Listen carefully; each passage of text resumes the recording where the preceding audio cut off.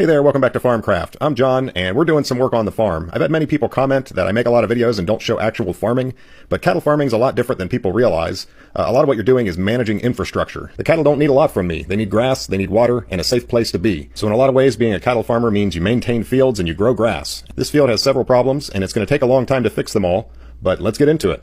All right, so here's the deal. This area is not safe for my cattle because there's too many dead trees. That's an ash tree, the closest one. The two further ones are walnuts. Those are fine, but that's a dead ash tree. That's a dead ash. That's a dead ash.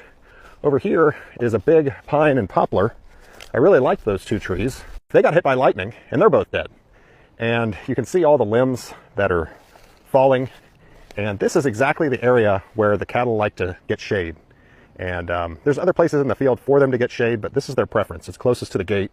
It's pretty close to the water. And I've got new calves in here. If they're laying underneath these trees and a limb falls, it could potentially kill the calf, even kill a cow, depending on the limb. So this all has to go.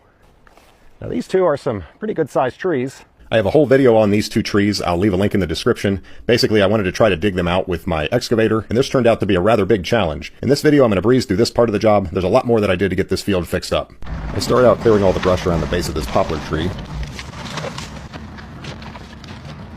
And then I started digging at the roots, hoping that I'd be able to push it over. But even after a lot of digging, it really wouldn't budge. So I put a rope up in it and used a puller to help. Making some progress. Get more digging. I'm making this look like it went pretty fast, but this was many, many hours of work just to get to this point.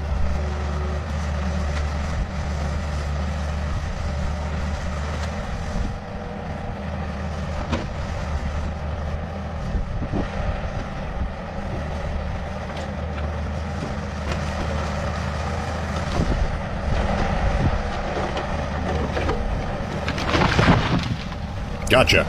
And now I spent some time cleaning this up. This all ended up as firewood for my boiler to heat the house. The stump was rather large. I was able to flip it over onto the burn pile. Alright, so my excavator should be able to make short work of this little clump of trees here. This is a pine tree we'll get to in a little bit. The poplar we just did was right here, and this is the clump of trees that I'm starting on now. These are pretty good sized trees, but this is a 12,000 pound machine, and it should have no problem pulling these out of here. So let's see how long this takes.